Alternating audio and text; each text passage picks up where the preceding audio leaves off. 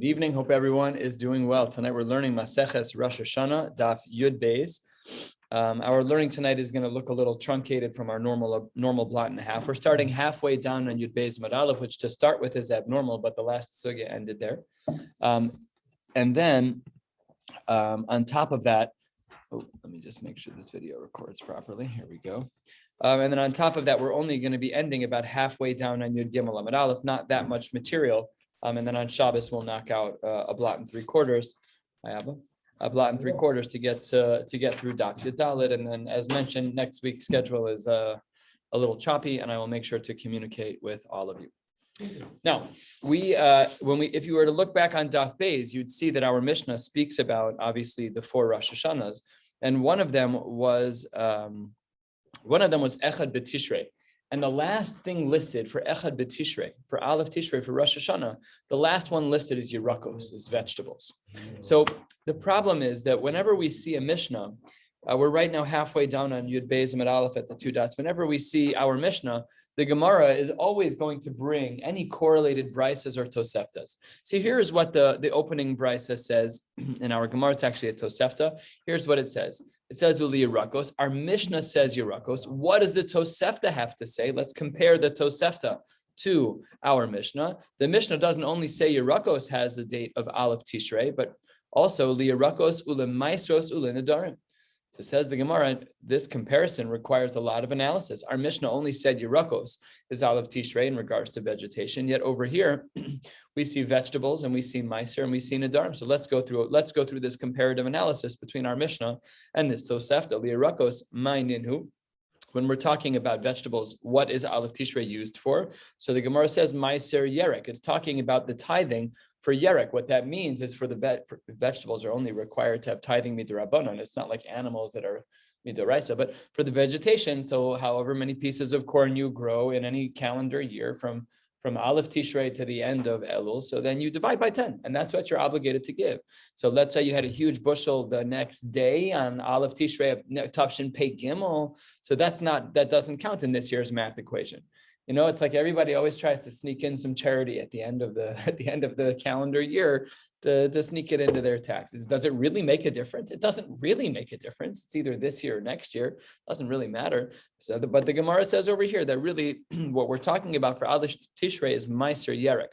Says the Gemara, Meiser Yerek, then the Tosefta doesn't make sense because the Tosefta says Hainu Meisros. Look at the beginning of the 2 das. Tana li Yerakos or the Meisros. You just said that Yerek is to teach me about Meiser Yerek, but the next word is Meisros, which means that it's talking about 2 different things. So therefore, the Gemara says 2/3 of the way down on Yud Beis Amud Aleph, Tana de Rabbanan v'Katana de Oraisa. We have both the rabbinic requirement for Meiser, which is vegetables, and we also have the Deoraisa one, which is speaking about things like animals, whatever the case may be. So says the Gemara, why does our Mishnah indicate the rabbinic one first? V'Katani Deoraisa Bereisha, but listening, excuse me. Maybe we should teach Deoraisa Bereisha. We should have taught the one that's Deoraisa first. So the Brisa that's in the middle of Yud Beis Amud Aleph should not have started out with Yerakos Ula Maisros, but it should have said Maisros Uyerakos to show and highlight the halachic distinction between the 2, which is that Maisros in general are deoraisa and Yerek by Maisros by Yerek are derabanan. So why did the Gemara do that? So says the Gemara, and this is such a beautiful and critical hashkafa that we have to hold on to. It is so important. And I, as a teacher in the classroom when I was Rebbe in Hil Torah, these questions came up all the time. NCSY, every Shabbaton. What does the Gemara say? The fact that he had such an ahava for the din derabanan, therefore he taught it first, the author of this Tosefta. So we live a world of derabanans. If we only lived a world of deoraisas, our Shabbos would look completely different. Muksa wouldn't be a problem. Uber, the world would look totally different. We live a world through the lens of the Chachamim, and it has to be the case. It has to be the case that it is a. How do you get it? You're not doing anything wrong. It's all derabanan. You open the door. They open the door. I've done it before. If they're LED lights, If they're LED lights, it's not even an Nizir on Nachamal. Yeah, it's easy. It's easy. A grama maybe. I don't know. You got to figure it out. It's not hard to get in. I've done it many times. But the hashkafa here is critical. And sometimes we feel like, come on, this din de rabbanan, where are the rabbis? No, that's an unacceptable hashkafa. Our hashkafa is that the lens of the chachamim is accurate. And the Gemara will say a little bit later today in a different context, the same yesod. But this is such an important idea, not only for us, but we have to share it with those around us. The Dine de Rabbanan create the culture of from Torah Judaism. And we cannot lose this very important line of Aidi de Chaviva le Aktame, the fact that he loved it so much, the Din de Rabbanan of Meiser, the mitzvah de Rabbanan by Yerek, he taught it first. Okay, Vitana Didan. What about the author of our Mishnah? The author of our Mishnah, we look back on Daf Beis, all it says is Liyarakos. It doesn't say Lemaisros. So our Mishnah only taught the Din de Rabbanan.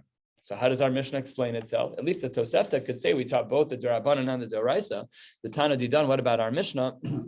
Says the Gemara Tana Derabanan. It taught us in our Mishnah, Yerakos uses Aleph Tishrei as its line in the sand, the Kol Shekain Deoraisa, and of course, all the more so, Meiser is going to have the same date. But our Mishnah, the author of our Mishnah, assumed it to be obvious that if we're going to have Meiser Yerek, we're going to have a case of Yerakos that have Meiser Midirabanan, then certainly that date will be used for Deoraisa.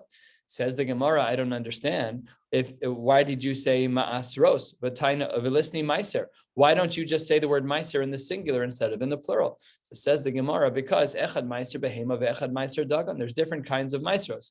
We're not talking about Yerek anymore. We're talking about the word Meisros. Why does the Tosefta say the word in the plural of Ma'asros? It says the Gemara, because we have animals and we have Dagan. Both of them are required midoraisa, but they're different genres. One is animal, one is food. So they're very reasonable to distinguish. And therefore the Tosefta, when it listed Meisros, it listed it in a plural and not in the singular. Okay, but listen to Yerek. Why does it say Yerakos in the Brisa and in our Mishnah? In both cases, I believe, yes. In both cases, it says Yerek in the plural. It says Yerakos. Says the Gemara, because even there, Trei Gavne Yerek, there's two different kinds, it's not really categories, but two different forms of packaging for Yerakos. What are they? Ditnan, 4 lines from the bottom, Yud Beis Mid Aleph. The Mishnah writes, Yerek hane'egad misha ye'egad, when you have vegetables that are all tied up together, so then misha ye'egad, they're going to be chayiv in their meiser once they're tied up. V'she'enu ne'egad, but if you have them in a basket, whatever, and they're not all tied up, misha ye'malei asakli, once the kli is full, that's when they're chayiv in meiser. So because there are two ways to assess when that threshold of the chiyuv of meiser is brought about, so therefore the language both in our Mishnah and in the Tosefta by Yerakos was plural and not singular, because we wouldn't have wanted to leave room for an accidental inference that maybe it's different if it's tied versus if it's untied. It is not. The halacha is the same in both cases, that you're chayiv meiser. Tanu Rabbanan, the rabbis taught us 2 lines from the bottom. We're going to be discussing now how important it is when it comes to Yerek that Aleph Tishrei is in fact the line in the sand. And the Gemara here, quoting again from a Tosefta, is quite explicit. Like Yerek Erev Rosh Hashana ad shelo tavo hashemesh. So right before Rosh Hashana, it's the day that Rosh Hashana will begin that night. So it's the last day of the month of Elul, right? So that day you go out and you collect food. Good. And then V'chazar, what? Nothing else to do. No. Nothing else to do on Erev Rosh Hashanah. And then v'chazar v'like misha tavo hashemesh. Now we're talking already on the day of Rosh Hashanah. You go out and you gather and you harvest, which of course would be an Isser D'Oraisa. You're not allowed to do that. Take a look at the top Tosfos on the page. Misha tavo hashemesh b'Yerushalmi muki la benachri. You have a guy who's doing the work for you. But if the guy works for you, but you own the field, so how does the meiser play out? So says the Gemara, don't worry.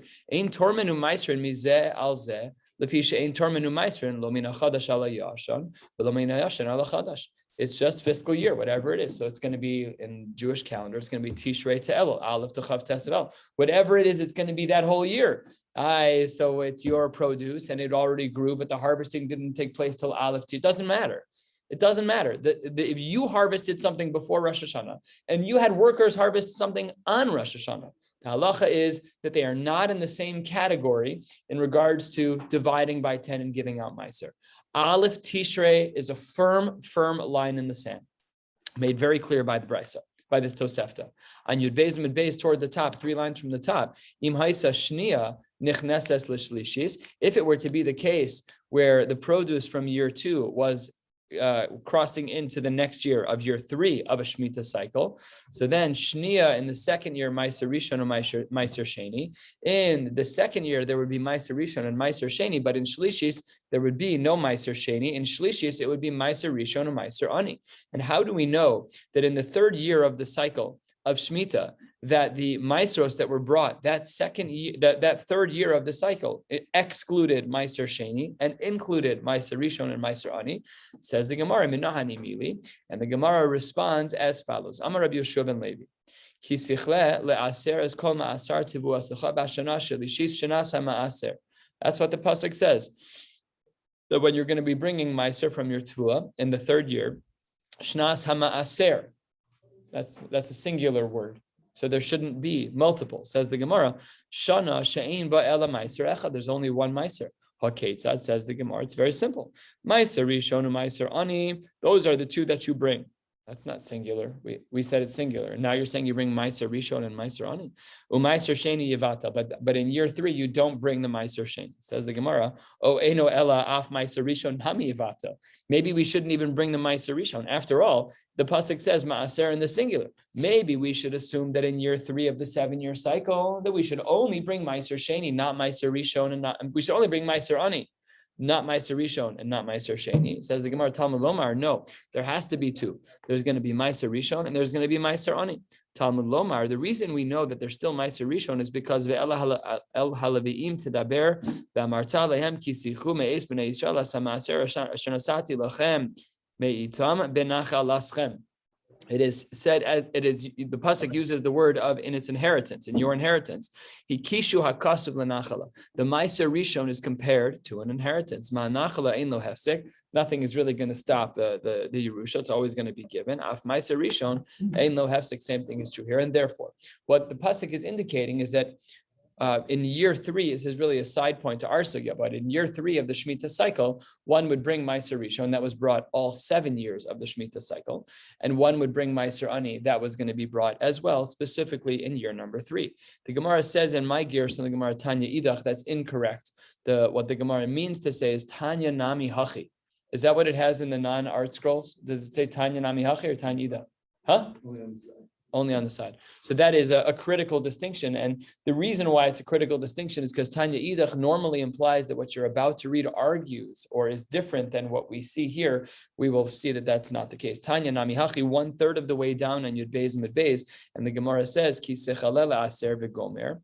This is what the Brisa says, quotes the pasuk, Shana she'ein ba'ela Meiser echad. That's what we just saw above. That was the whole argument we saw to try to explain why in the third year of the 7-year cycle, that we are going to bring Meiser Rishon and Meiser Ani, but not Meiser Sheni. HaKetzad, how does it work? Meiser Rishon and Meiser Ani. Those are the two types of Meiser you bring in year 3. Meiser Sheni Yavatel. Yachol Af Meiser Rishon Nami Yavatel. Maybe we should assume that in year 3 that we're also going to do away with Meiser Rishon. Talmud Lomar, then the Gemara presents an answer that we didn't yet see. Talmud Lomar, Uva HaLevi. The pasuk says, Uva HaLevi calls man sheba. Lo, as long as he's got a job, you've got to pay him, and therefore Meiser Rishon is going to be paid even in year 3. Divri Rabbi Yehuda, but Rabbi Lazar ben Yaakov Omer Eino Tzarech. We don't need that pasuk because Harehu Omer Vela Levim Tedaber Ve'amarta Alehem Ki Sikchu Meis Bnei Yisrael Es HaMaaser Asher Nasati Lechem Me'itam Benachal Aschem. He goes back to the pasuk we learned earlier, and that's why this brisa is brought as a perfect raya to what we explained. Kishu Akasav Lenachala. And we repeat the same svara, that the pasuk here speaks b'nachal aschem, and we make a comparison of the Meiser Rishon to a nachala. Ma nachala ein lo hefsek av Meiser Rishon ein lo hefsek. Let's review what we were discussing most recently toward the bottom of Yud Beis Amud Aleph, starting 2 lines from the bottom, was a question of that very firm line in the sand of Aleph Tishrei. And we said that as it relates to someone who harvested right before Rosh Hashana began, and your Nachri who harvested right after, that those two things are not in comparison. Then as a tangent, the Gemara explained, when do we give Meiser Rishon, Meiser Sheni, and Meiser Ani throughout the 7-year period? We know that it's usually a 1 and 2 are the same and 3 is different. That's kind of the format. And year 4 and 5 are the same, and then 6 is different, and then Shemitah is Shemitah. So there's no Meiser during that time. So then says the Gemara concludes that the 3rd year is different, and we bring rayas from the Psukim, 2 sets of Psukim according to the Rabbi Yehuda, one for Rabbi Yehuda and one for the Rabbi Lazar ben Yaakov. I think that's who it was. Rabbi Eliezer ben Yaakov, to say that we know that we bring Meiser Rishon even in year 3, and we especially bring Meiser Ani. Again, a tangent to our sugya, and the reason why we know that we bring Meiser Rishon is because of its comparison to Nachala, to an inheritance. Tanu Rabbanan, and then the Tosefta had said Ulin Nadarim. We're 2/3 of the way down at the 2 dots. This is referring back to the Gemara that we started with today, the one that's halfway down on Yud Beis Amud Aleph, a Tosefta that said Liyarakos Ulamaisros Ulinadarim. So now we're focusing on the word Ulinadarim, that Nadarim also use Aleph Tishrei as its line in the sand. Let's explain. Says the Gemara, Tanu Rabbanan Hamudar Hana Mechavero Lishana. Let's say that I say about one of you, I want to get no hana from you for a year. Follow the language, for a year. Then, if that's what I say, Mona Shnei Masar Chodesh Miyom Liyom. That's 12 months on the clock. Okay. What if my language was different? V'im Amar Lishana Zu. I don't want to get any hana from you this year. That's different than saying for a year. I don't want to see you for a year, or I don't want to see you this year. You know, sometimes people like jokingly say in the office when they leave on December 24th for a week, I'll see you next year. That's mamish this Gemara, but with more Kedusha.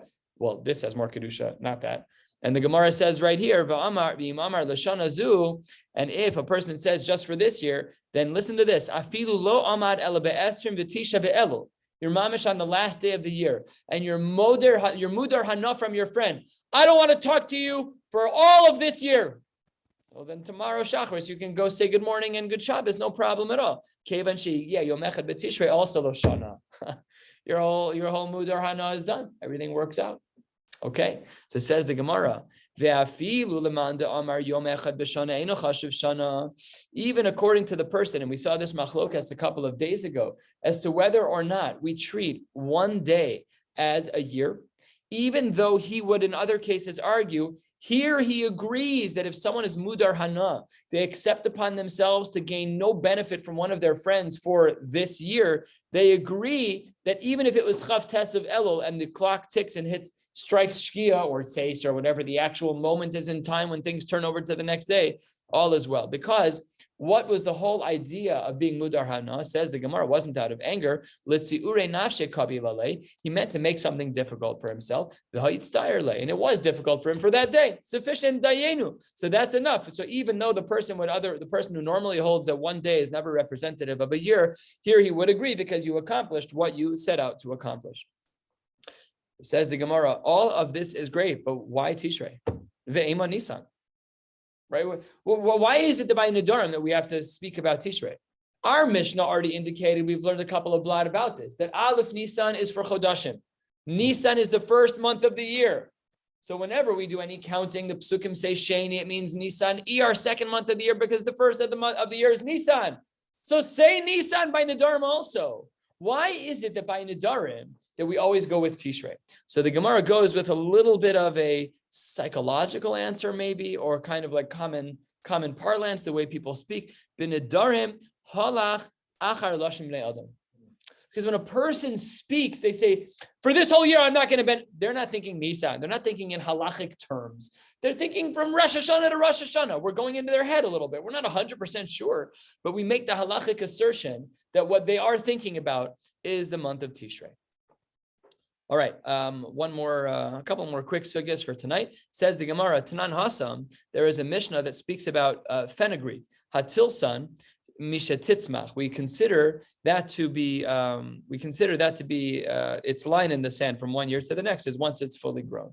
Okay, tilsan is fenugreek. It is actually, in today's classifications, it would be considered an herb, but the Chachamim did not view it that way. They possibly looked at it as a legume, because it does have some seeds in it.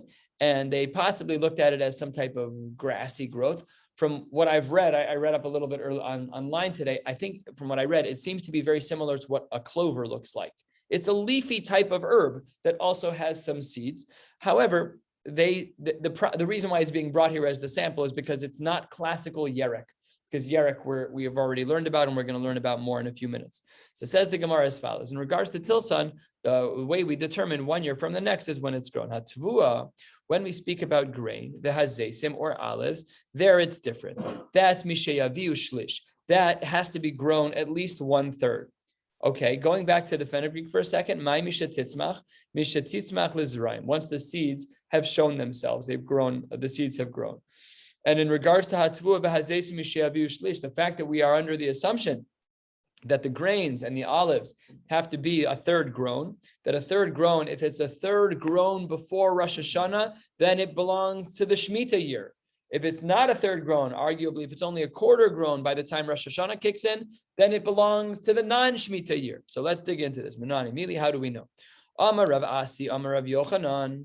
So it was said in the name of Rabbi Yochanan, Umatu Bey, some say that it wasn't in the name of Rabbi Yochanan, but rather Mishmei de Rabbi Yossi Haglili. So discussion of this conversation happened from a Tana or from an Amora. Interesting. This is not so common from my exposure. This is not so common that we're unsure if the conversation started with an Amora, though granted Rabbi Yochanan was a pretty early Amora. Nevertheless, that is the case. Amar Kra, the pasuk says in regards to Hakel, very unique pasuk. Miketz sheva shanim b'moed shnas hashmita b'chag hasukos. At the end of the 7 years, in the holiday, in the shnas hashmita. How is that possible? Shnas hashmita ma'avite b'chag hasukos. I don't understand. If we finished our 7th year, then why are you referring to Sukkot as shnas hashmita? That means it's the Sukkot of the 8th year. When does the year end? Tishrei, as it relates to Shemitah. So you go through the whole cycle, right? So Tafshin Pei Beis right now is a Shnas Shemitah. And right now we're a couple of months into the year. You come up to Chav Tes Elul, the clock changes, and then the next Sukkot in Tafshin Pei Gimel, which is a non-Shemitah year, the pasuk referred to as Shnas HaShemitah B'Chag HaSukkos. Says Gemara, what are you talking about? Shminis Hi. That's not the 7th year. That's the 8th year. Why are you referring to that Sukkot in Tafshin Pei Gimel after the Shemitah year as Shna Shemitah? So says the Gemara, 2 lines from the bottom on Yud Beis and Yud Beis, Ela Lomar Lach, this comes to teach you that Kol Tvua, any grains, Shehevia Shlish B'Shvis Lifnei Rosh Hashanah, that reached 1/3 of its growth prior to Aleph Tishrei, Ata Noheg Ba Minag Shvis B'Shminis. Wow. We then treat the growth of that item into the Shminis year because the product we're discussing is already a third grown during the Shemitah year. In other words, when something is growing during the Shemitah year, do we say that as long as the seed was planted during Shemitah, then the entire tree forever is Shemitah? No, we don't say that. Only if the produce was grown 1/3 of its growth, which is hard to measure. The Gemara is going to discuss this momentarily on Yud Gimel Amud Aleph.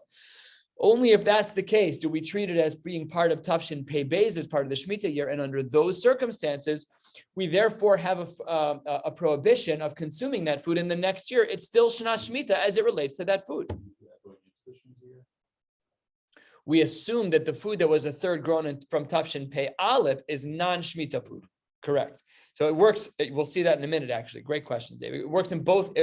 The rule is the same, right? As long as something is a third grown before a year kicks in, it always has the previous year's status.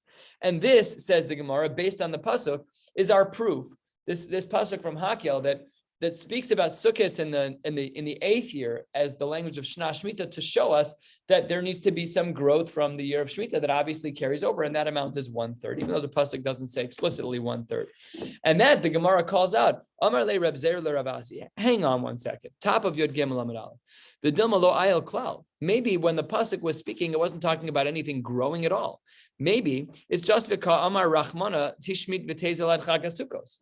Maybe all the pasuk was saying is that Shemitah doesn't stop at Aleph Tishrei. Maybe all the pasuk was saying is that no, you just can't eat anything until Sukkot, which is the 15th of the month of Tishrei, and forget everything you said about Aleph Tishrei in the Mishnah. Forget it, done.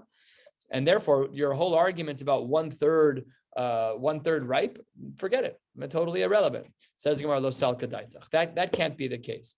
Why? Because a couple lines down in Yud Gimel, the Gemara says, the pasuk says, v'chag ha'asif b'tzeis hashana, the chag, the holiday of asif, of gathering. My asif. What does the pasuk mean when it says asif? Ilema, like you want to say that it's chag haba bisman asifa, that we're talking about a holiday where all you're doing is gathering the food. It's not a question of growing it a third. Well, that we already had reference. Ella, it must therefore be my asif. It must be talking about katsir, about actually harvesting. And the rabbis, when they speak about harvesting at the end of a Shemitah year, they are talking about the following: any fruit, any grains. Got to be very careful with the language here. Any grains that are niktzera b'chag, that are going to be harvested after the time of the 15th of Nisan, biyadua, we can understand retroactively that means shehivia shlish lifnei Rosh Hashana, the kakari labetzeis Hashana. So we're making an assumption. Any food that is ready, any grains that are ready to be harvested by the 15th of Tishrei, by definition, it means that they were 1/3 ripe already. And that is considered to be from the Shemitah year. And therefore, it's considered to be Shemitah even past into the 8th year. So says the Gemara, how do we know that the Chachamim know what they're talking about? The Chachamim know, well, all of a sudden they're botanists. They know that if the 15th of Tishrei kicks in, that all of a sudden we know by definition that every grain is 1/3 ripe on the last day of the previous year. Says the Gemara, this almost sounds like a rebellious question. Amar le Rabbi Yirmiyah le Reb Zera, the kim lehu l'Rabbanan ben shlish lepachos mishlish. All of a sudden they know. Hey, it sounds like the kid in the back of the class. They're like, hey, Rabbi, hold on 1 second. What if it's 39.999 saw? So the Gemara is going to answer exactly with this question. And the Gemara gives this person a little patch. Amarle, lava minalach, didn't I tell you? Lo tapik nafshecha lebar mehilchasa. Don't step out of the bounds of halacha. Take a look at Rashi. Rashi is to our right and a little bit lower than where we are, a quarter of the way down or so, maybe a third. Dibur hamaschil. Lo tapik nafshach bar mehilchasa lepakpek b'shiur chachamim. Don't step out of bounds. You got to follow what the Chachamim are saying here. They know what they're talking about. Again, as I mentioned earlier, a slight foreshadow. This message is now twice in today's daf. The Chachamim knew what they were talking about. So therefore, says the Gemara, Kol midos Chachamim, Kenhu. All of them are correct. Ba'arba'im tzahu tovel. We know that the rule is that if a woman was to go to the mikveh as a nida, and she goes to the mikveh with 40 equal to or greater than 40 sa, then she will come out on the other side to hora. So if she's toveles b'arbaim sa chaser kortov, if it's missing one tiny little amount, and this measurement is 1/1500th approximately, it's actually a little different. It's one unit to 1,536 units, then einu yachalit bo behen. She's a nida. Unbelievable. You're only missing a little bit. It would be like you're arguing in a basketball game when you needed to win by 1, and the toe was on the paint of the 3-point, just a smidgen, just a little bit. The ref calls it 2 points, not 3. Tie game into overtime. Why? Because you're touching the paint. So, she wants to go to the mikvah, but someone took a teaspoon of water out of the 40 sa. Yeah, she's a nida. She's a nida. That doesn't work. Not only that, we know, we've learned before a number of times in Shas, that in order for a food to transfer tuma to something else, it must be itself a kibetza. Kibetza chaser shum shum, even if you're missing a little bit of sesame, one sesame seed. What are we talking about? Tiny, tiny, tiny, minuscule amount. Afal pikain, that would then change things. Then the tuma would not transfer. These shiurim are very specific. And lastly, shlosha al shlosha mitame medras. If you have a garment that's 3 by 3 tfachim, so then it's mitame medras. Then it can become tame from stepping on it or from leaning on it. Shlosha al shlosha chaser nima achas. Even if you're missing one thread, you're done. You're no longer in a scenario where that would be subject to tumas medras, eino mitame medras, and therefore what the Chachamim have set up for us is exacting. Sometimes, and it's easy to do this, where we look at Dinei D'Rabbanan and we're like, so that is absolutely not the right hashkafa, and we would be by definition pulling at the threads of Torah Judaism if we looked at Dinei D'Rabbanan that way, because they're rabbinic. The Ramban writes that violating a rabbinic prohibition is worse than violating a deoraisa. Because when you violate a din d'Rabbanan, you're also violating a biblical commandment that we are obligated to listen to the Chachamim. So the Chachamim guide us. doesn't mean that everyone with the title of rabbi gets to tell you what to do. It means that you have to pick a Rav. You have to pick a Rav who has a Mesorah, who you can build a good, healthy relationship with, and stick with him. I've shared this before when people wanted to follow Rav Soloveitchik with his kulas about making tea on Shabbos, because he held that tea was tavlin. Tea is like spices, and we allow putting tavlin in a kli sheni. So let's say you got your cholent and not the potatoes, because that's a harder conversation in halacha, but just the barley pea. Do you want to put a little pepper on there? It's a kli sheni. No problem. So the Rav Soloveitchik said, you can make tea also. It's a tavlin, it's a spice, it's an herb, no big deal. So everyone's like, great, I'm going shopping. I'm going to follow the Rav's kula in regards to tea. So the famous warning is, careful. If you follow his kulas, you also have to follow all of his chumras, because he just became your Rav. Can't have it both ways. We need a Rav, we need a Mesorah, and we need to stick with it. Can I ask this tangentially? Can we Sure. put ice in cholent? Ice? Stop yourself. So it's a kli, it's if it's a kli shlishi, then there's no problem with that, provided that it ruins your, it kills your cholent, totally kills your cholent. Let's ask the question a little differently. Let's ask you, you have a child who wants to have some soup. Are you allowed to put an ice cube into the soup? Happy to have the conversation about soup, don't touch a cholent. Okay, let's have the conversation about soup. That's a little upsetting. So this is a little complicated, because actually one of the challenging problems with putting ice into anything that's very hot is that it's not a spice, it's actually a food. And water is subject to bishul. So the real debate in regards to soup is whether the spoon, the ladle, functioned as a kli sheni. If the ladle functioned as a kli sheni, then your soup bowl is a kli shlishi.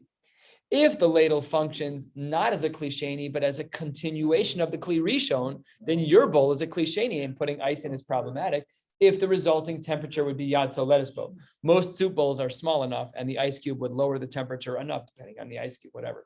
So that would be a little bit of a discussion. And interesting, some of the poskim distinguish between a ladle that is made out of metal, which gets extremely hot, and if it's sitting there in the hot soup, it's effectively the kli rishon, in which case your bowl's a kli sheni, in which case the ice is not such a good idea. If you use a plastic ones, I can't remember, is it they carry heat terribly, or they conduct heat poorly or excellently? I can't remember, which one is it? Plastic is poor. So that means it's not holding on to the heat. By the time you take it out of the water, it's cooled down to the air almost entirely. You can touch it with your bare hands. That makes it a kli sheni, because the definition of a kli sheni in halacha, the Gemara says this, is that the walls of the kli sheni are not as hot as the kli rishon, and therefore your bowl would be a kli shlishi, and then you're good to go on the ice cubes. But again, if it doesn't reach out, so let us know, you solve the problem. We'll stop right here and pick up on Shabbos, almost halfway down, and Yud Gimel Amud Aleph. Wishing you all a beautiful night. Do you happen to know the Shabbos time?